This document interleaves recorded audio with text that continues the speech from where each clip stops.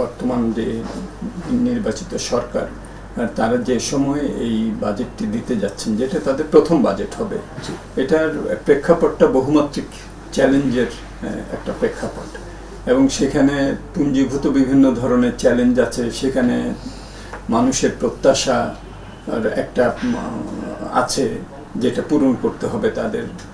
তাদের যে রাজনৈতিক ম্যানিফেস্টো ছিল সেখানে বিভিন্ন প্রতিশ্রুতির কথা বলা হয়েছে। আবার অন্য দিক থেকে আমরা দেখেছি যে নিকট অতীতে নতুন নতুন চ্যালেঞ্জ যোগ হয়েছে। মধ্যপ্রাচ্যের যুদ্ধ, তার প্রেক্ষাপটে জ্বালানি সংকট, এবং সেটার জন্য আমাদের মূল্যস্ফীতির এই সময়ও আবার তাদেরকে বিদ্যুৎ জ্বালানির মূল্য পুনর্নির্ধারণ করতে হচ্ছে। এই হলো একটা প্রেক্ষাপট। এই প্রেক্ষাপটে বাজেটটা সামনে আসছে। সাধারণ মানুষের অবশ্যই প্রত্যাশা থাকবে কি, এক, মূল্যস্ফীতিটাকে তারা টেনে নামাতে পারবেন কিনা।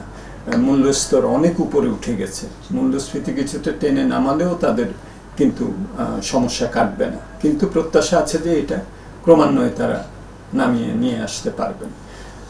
বিনিয়োগ একটা স্থবির অবস্থার মধ্যে আছে, এবং এটা আমরা ব্যাংকিং সেক্টরের যে ক্রেডিট আপটেক আছে প্রাইভেট সেক্টর, সেটার থেকেও আমরা দেখছি যে 5-6% মতো মাত্র ক্রেডিট গ্রোথ আছে। মেশিনারিজ যে আমদানি হচ্ছে, ইন্টারমিডিয়েট বিভিন্ন মধ্যবর্তী যেসব পণ্য আমদানি হচ্ছে আমাদের শিল্প রপ্তানিমুখী বা আমদানি প্রতিস্থাপক তাদের জন্য, সেখানেও আমরা দেখছি যে খুব একটা সেখানে চাঞ্চল্য নেই। এরকম একটা অবস্থায় বিনিয়োগ আকর্ষণ করা, বিনিয়োগে প্রণোদনা দেয়া, বিনিয়োগকে উৎসাহিত করা, উদ্যম নিয়ে আসা বিনিয়োগে, এবং কর্মসংস্থানের একটা পরিবেশ সৃষ্টি করা, এটাও একটা আকাঙ্ক্ষা থাকবে। গত সময়ে সাধারণ মানুষ যারা আছেন, প্রান্তিক, উপান্তিক, স্থির আয়ের মানুষ, নিম্ন মধ্যবিত্ত, তাদের একটা জীবনযাত্রার মানের অবনমন ঘটেছে। এটা আমরা দারিদ্র্য সীমার নিচের জনসংখ্যা, শ্রমবাজারের অবস্থা, এগুলো দেখছি। তো তাদের একটা আকাঙ্ক্ষা থাকবে সামাজিক সুরক্ষা কর্মসূচিগুলোকে শক্তিশালী করা, এগুলো থাকবে। সুতরাং একদিকে বিভিন্ন ধরনের রাজস্ব ব্যয়, সরকারি কর্মচারী তাদের লাস্ট পে স্কেল হয়েছিল হলো 11 বছর আগে, সেটারও একটা চাপ থাকবে। অন্যদিকে যে আমাদের বিভিন্ন সংস্কার যেগুলো আছে, সেই সংস্কারের আলোকে আমাদের রাজস্ব এবং অন্যান্য যেসব নীতিমালা সেগুলো পরিবর্তন করা, এবং একটা অর্থনীতিকে তার একটা রিকভারি স্টেজে এবং স্টেবিলিটিটা ফিরিয়ে আনা, এই বিষয়গুলো এই বাজেটের একটা আকাঙ্ক্ষা থাকবে। স্যার, আপনি যেটা বলছিলেন যে খুব বড় রকমের আকাঙ্ক্ষা, কিন্তু সেই আকাঙ্ক্ষা পূরণ করতে গিয়ে আবার জনগণের কাছ থেকেই সরকারকে রাজস্ব আদায় করতে হবে। এই দুইয়ের সমন্বয় তো স্যার খুব কঠিন হবে। জনগণকেই তুষ্ট করতে হবে, আবার জনগণের কাছ থেকে অর্থ নিতে হবে। এটি একটা বিষয় স্যার। আর যেটি আপনি বলছিলেন যে এক্ষেত্রে কি জীবনযাত্রার ব্যয় কি স্যার আরও বাড়বে কিনা? তখন আমাদের বিভিন্ন যে রাজস্ব ব্যয় এবং উন্নয়ন ব্যয়, এগুলো করতে গেলে তো আমাদের অর্থ লাগবে, এবং সেই অর্থটা হয় আসতে হবে আমাদের বিভিন্ন কর এবং কর বহির্ভূত বিভিন্ন আয় দিয়ে, অথবা আমাদেরকে অভ্যন্তরীণ অথবা বৈদেশিক ঋণ গ্রহণ করে এটাকে মেটাতে হবে। সুতরাং এখানে কোনো ইজি সলিউশন নাই। কথাটা হলো যে বাজেটের কিন্তু একটা বড় দর্শন হলো আয় সম্পদের পুনর্বন্টন। এই পুনর্বন্টনটা করা হয় হলো কিভাবে, আমরা যারা বেশি আয়ের মানুষ আছে তাদের কাছ থেকে আমরা বেশি হারে কর আদায় করি, এবং আমরা যেগুলো ব্যয় করি সেগুলো আমরা এমন সব খাতে ব্যয় করি যেখানে সাধারণ মানুষ তুলনামূলকভাবে বেশি উপকৃত হন। শিক্ষা, স্বাস্থ্য, সামাজিক সুরক্ষা, এইসব অবকাঠামো, সরকারি বিভিন্ন যেসব সেবা আছে সেগুলো জনগণকে দেয়া।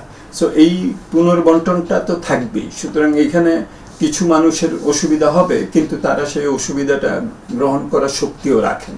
আর যারা নাকি সমাজে কম আয়ের মানুষ আছেন, দুর্বল আছেন, তাদেরকে আমার সুরক্ষাটা দিতে হবে। সুতরাং এখানে জনগণ বললে এখানে জনগণকে বিভাজিতভাবে দেখতে হবে বাজেটের দৃষ্টিকোণ থেকে, এটা একটা গুরুত্বপূর্ণ।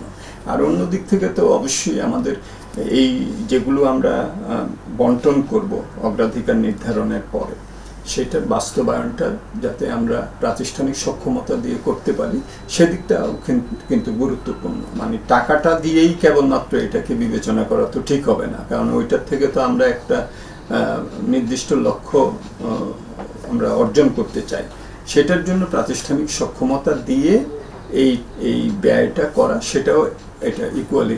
স্যার, পে স্কেলের কথা আপনি বলছেন, নিশ্চয়ই পে স্কেলের জন্য যে বরাদ্দ হবে সেটাও তো বাজেট ব্যয় থেকেই যাবে, তো সেক্ষেত্রে কি সেটা বাজেটের উপর আরো চাপ পড়বে না? না, এখানে তো এটা তো সম্পূর্ণ একটা নতুন জিনিস হবে না, এখানে অবশ্যই এটা একটা নতুন সরকারি ব্যয়ের একটা এলিমেন্ট এখানে যোগ হবে।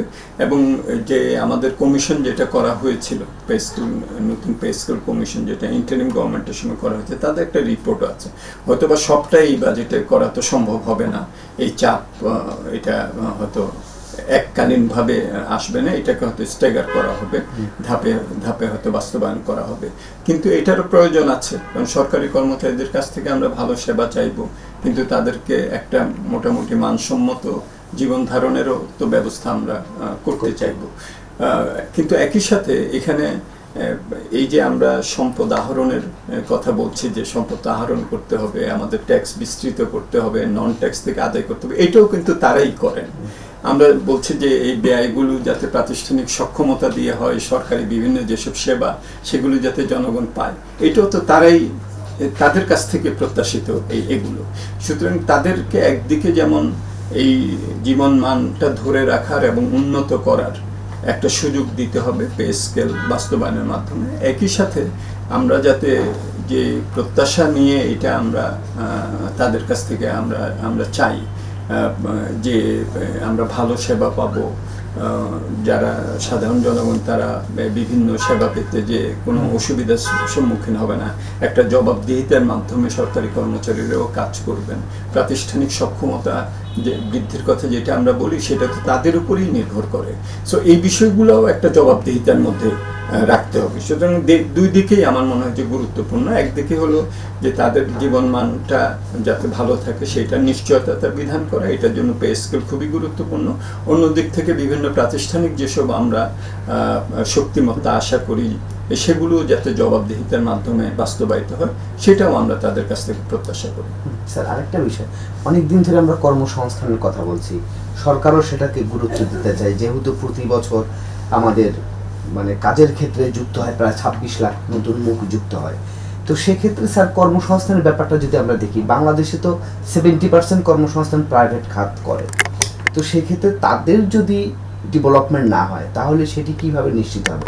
সেক্ষেত্রে তাদের বেসরকারি খাতের জন্য বাজেটটা আসলে কিভাবে কোন জায়গায় গুরুত্ব দেওয়া? আমার মনে হয় এই বাজেটের একটা গুরুত্বপূর্ণ লক্ষ্য নিশ্চয়ই হতে হবে যে যাতে করে আমরা বিনিয়োগকে চাঙ্গা করতে পারি। বাংলাদেশে সরকার 1 টাকা বিনিয়োগ করলে ব্যক্তি খাত করে 5 টাকা বিনিয়োগ, এরকম একটা অবস্থা। তো সেখানে তো আমাদের অবশ্যই ব্যক্তি খাতকে যদি আমরা চাঙ্গা করতে পারি, তাদের জন্য যাতে একটা ভালো ব্যবসা পরিবেশ, বিনিয়োগ পরিবেশ নিশ্চয়তা বিধান করতে পারি আমরা, তাহলে সেখানে কর্মসংস্থানের একটা সুযোগ সৃষ্টি হবে। এটা এই বাজেটের দৃষ্টিভঙ্গি থেকে যদি আমি দেখি, তো তাহলে এখানে যেমন ব্যক্তি খাত অনেক সময় দেখা যায় যে তারা যেসব প্রাতিষ্ঠানিক সহায়তা তাদের পাওয়ার কথা সেগুলো তারা পান না। অনেক সময় বিভিন্ন সেবা পেতে গেলে তাদেরকে হয়রানির সম্মুখীন হতে হয়। আমাদের কস্ট অফ ডুইং বিজনেস বেশি, আমাদের পোর্টের টার্ন অ্যারাউন্ড টাইম বেশি, আমাদের যানবাহন যখন নাকি তারা পরিবহন ব্যবস্থাপনা করেন তখন বিভিন্ন ধরনের সমস্যার সৃষ্টি হয়। যেসব সেবা বিভিন্ন সরকারি প্রতিষ্ঠান থেকে তাদের পাওয়ার কথা সেগুলো পেতে সমস্যা হয়। তো সরকার এখন কিছু উদ্যম নিচ্ছেন, ওয়ান স্টপ সার্ভিস এটা চালু করা, কিছুটা চালু হয়েছেও, পোর্টগুলোকে আধুনিকায়নের মধ্যে নিয়ে যাওয়া, অন্যদিক থেকে বিভিন্ন সেবা প্রদানকারী প্রতিষ্ঠানগুলোকে শক্তিশালী করা, বা যারা বিনিয়োগের সাথে আছেন তাদেরকে বৈদেশিক বিনিয়োগ, দেশি বিনিয়োগ, সেসব প্রতিষ্ঠানগুলোকে শক্তিশালী করা, এগুলোর পদক্ষেপ কিছু নেওয়া হচ্ছে। এগুলোকে আরও কীভাবে শক্তিশালী করা যায়, এইসব প্রতিষ্ঠানে যে অর্থায়ন করা, লোক নিয়োগ, এইসব বিষয়গুলো বাজেটের মধ্যে বরাদ্দের মধ্যে প্রতিফলন থাকতে হবে। এবং সবচেয়ে বেশি যেটা ইম্পর্ট্যান্ট আমি মনে করি সেটা হলো যে আমাদের দক্ষ জনশক্তি গড়ে তোলার জন্য যে কারিগরি প্রশিক্ষণ, এগুলো কিন্তু সরকারি মেজর দিয়ে থাকে, কিন্তু ব্যক্তিখাত এগুলো থেকে সহায়তা পায়। সরকার বিনিয়োগ করেন অবকাঠামোতে, ব্যক্তিখাত সেটার সুবিধা নিয়ে বিনিয়োগ, ব্যবসা বাণিজ্য করেন। সো এইসব জায়গাগুলিতে অবশ্যই ব্যক্তিখাতকে প্রণোদিত করতে হবে এবং আমাদের কেবলমাত্র স্থানীয় যে অর্থনীতি আছে তা না, আমাদের তো অনেকেই বাইরেও যান কর্মসংস্থানের জন্য। তো তাদের জন্য একটা অনুকূল পরিবেশ সৃষ্টি করা এটাও গুরুত্বপূর্ণ। স্যার, আপনি বলছিলেন যে বেসরকারি বিনিয়োগকে অবশ্যই একটা উজ্জীবিত করতে হবে, এই বাজেটে একটা বড় চ্যালেঞ্জ থাকবে। সেক্ষেত্রে বিনিয়োগকারীরা তো সবসময় বিদ্যুৎ গ্যাসের সমস্যার কথা বলেন। তো সরকার এবার বাজেটে সোলার যন্ত্রপাতি আমদানির ক্ষেত্রে শুল্ক ছাড় দিচ্ছে, বিভিন্ন রকমের সুযোগ সুবিধা দিচ্ছে। এটাকে আপনি কিভাবে দেখছেন? এটা আমার মনে হয় যে এটা খুবই গুরুত্বপূর্ণ। খাদ্য নিরাপত্তা, জ্বালানি নিরাপত্তা, হ্যাঁ, এই দুটো আমাদের দেশের অর্থনীতির দৃষ্টিভঙ্গি থেকে অগ্রাধিকারের মধ্যে সবচেয়ে বেশি আমার মনে হয় যে গুরুত্ব পাওয়া উচিত। তো সেদিক থেকে সোলার এনার্জি একটা খুব বড় ধরনের আমাদের একটা এলিমেন্ট হতে পারে আমাদের জ্বালানি নিরাপত্তার দিক থেকে। আমরা কিন্তু সর্বসম্প্রতিকালে দেখেছি যে আমাদের নেইবারিং কান্ট্রিগুলোর মধ্যেও সোলার এনার্জিকে কিভাবে তারা তাদের জ্বালানি নিরাপত্তার অন্যতম একটা অনুঘটক হিসেবে তারা দাঁড় করিয়ে ফেলেছে। এটার ক্ষেত্রে রাজস্ব যে নীতিমালা এটা গুরুত্বপূর্ণ ভূমিকা রাখে। সেখানে এই বাজেটেও আমরা আশা করব যে এমনভাবে রাজস্ব প্রস্তাবাবলী দেয়া হবে যাতে করে এগুলো সম্প্রসারিত হয় সেজন্য, এবং মানুষ এগুলোকে আরও বেশি বেশি ব্যবহার করতে পারে, এখানে বিনিয়োগ বেশি হয় এবং বিভিন্ন নীতিমালার মাধ্যমে এই বিনিয়োগগুলি যাতে ভালোভাবে তারা লাভজনকভাবে করতে পারেন, এইসব বিষয়ে বাজেটে সুনির্দিষ্ট প্রস্তাব থাকতে পারে, এবং সেটা থাকলে এটা বাংলাদেশের জন্য ভালো হবে। স্যার, স্বাস্থ্য বাজেট নিয়ে স্যার কী বলবেন? আপনি বলছিলেন যে সাধারণ মানুষের জীবনযাপনকে উন্নত করার একটা চেষ্টা সরকার থাকে। আমাদের দেশে তো স্বাস্থ্য খাতের ব্যয়, এটা এই দক্ষিণ এশিয়ার মধ্যে ব্যক্তি খাতের ব্যয় যেটাকে বলে যে আউট অফ পকেট, এটা হলো 79%। এটা সবচেয়ে বেশি, অর্থাৎ যা ব্যয় হয় মানুষের পকেট থেকে নিজেরাই দিতে হয় হলো 79%। অন্য দিক থেকে বিভিন্ন দেশ আছে আমাদের এই এলাকায় যেখানে এটা 50-60%, অর্থাৎ সরকার বেশিটা দেয়, একটা বড় অংশ দেয়। তো আমাদের দেশে কিন্তু সেটা না। এটার কারণটা হলো যে স্বাস্থ্য খাতে আমরা যে ব্যয় করি এটাও আমাদের কম, জিডিপির শতাংশ অনুসারে তো এটা 0.3% দাঁড়িয়েছে। যা দেওয়া হয় সেটাও ব্যবহার করা হয় না, অনেক সময় অব্যবহৃত থাকে।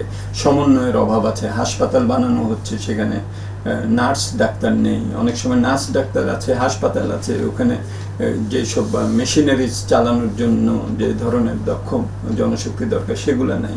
এইসব বিষয়গুলো আমাদের আছে। তো এইবার আমরা আশা করছি যে এখানে বিনিয়োগও বাড়বে, আবার প্রাতিষ্ঠানিক সক্ষমতাও বাড়বে, যাতে করে এই দুটোর সমন্বয়ে সাধারণ মানুষের কাছে এই সেবাটা যেতে পারে।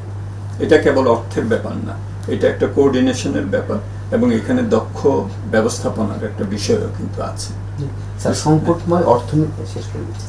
সংকটময় অর্থনীতিতে এবার যে বড় বাজেটটি সরকার দিচ্ছে, এটা কি স্যার সঠিক আছে? আমি মনে করি না যে আমাদের বাজেট ওইভাবে বলতে গেলে বড়। এটা আমাদের জিডিপির 13-14%।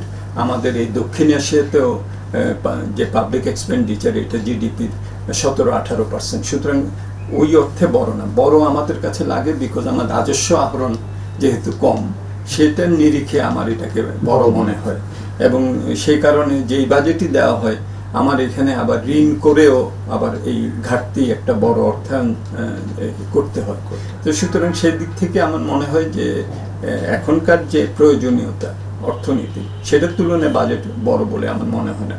জিনিসটা হলো যেটা চ্যালেঞ্জটা হলো যে আমি যাতে আবার এই বাজেট এর ব্যয়টা করতে যে আমি যাতে ঋণ ফাঁদে পড়ে না যাই, এটাই হলো বাংলাদেশের জন্য চ্যালেঞ্জ। বাংলাদেশের জন্য বাজেট বড় চ্যালেঞ্জ না, বাংলাদেশের জন্য হলো যে বাজেটটা বাস্তবায়ন করতে যে আমি যাতে ঋণটাকে আমি যাতে আমার একটা নিয়ন্ত্রণে রাখতে পারি, একটা বড় ঝুঁকি অর্থনীতিতে সৃষ্টি না হয়। এমনি তো আমাদের ঋণের সুদ দেশি বিদেশি এটা এখন নাম্বার 1 আমাদের ব্যয়ের খাতে চলে আসছে। সো এটা তো একটা ঋণ ঝুঁকি সৃষ্টি করছে। এটাকে একমাত্র সামাল দেওয়া যাবে আমি যেহেতু ব্যয় কমাতে পারবো না, আমাকে আয় বাড়াতে হবে, এবং আয় বাড়ানোর জন্য আশা করছি যে যারা নাকি দিচ্ছেন কর তাদেরকে আরও তাদের উপরে চাপ সৃষ্টি না করে উদ্ভাবনী বিভিন্ন ধরনের নতুন নতুন ক্ষেত্র বা আমাদের ভিত্তি সম্প্রসারণ বা আমাদের প্রযুক্তিকে আরও ভালোভাবে ব্যবহার করা, কর ফাঁকি রোধ করা, জনগণ যেটা কর দেন সেটা যাতে সরকার সম্পূর্ণটাই পায় সেটার ব্যবস্থা করা, আমাদের রাজস্ব ব্যবস্থাপনায় সংস্কার যেগুলো করার দরকার, কিছু কিছু প্রস্তাব অলরেডি আছে, সেগুলো বাস্তবায়ন করা, এইটা গুরুত্বপূর্ণ বলে আমার মনে হয়।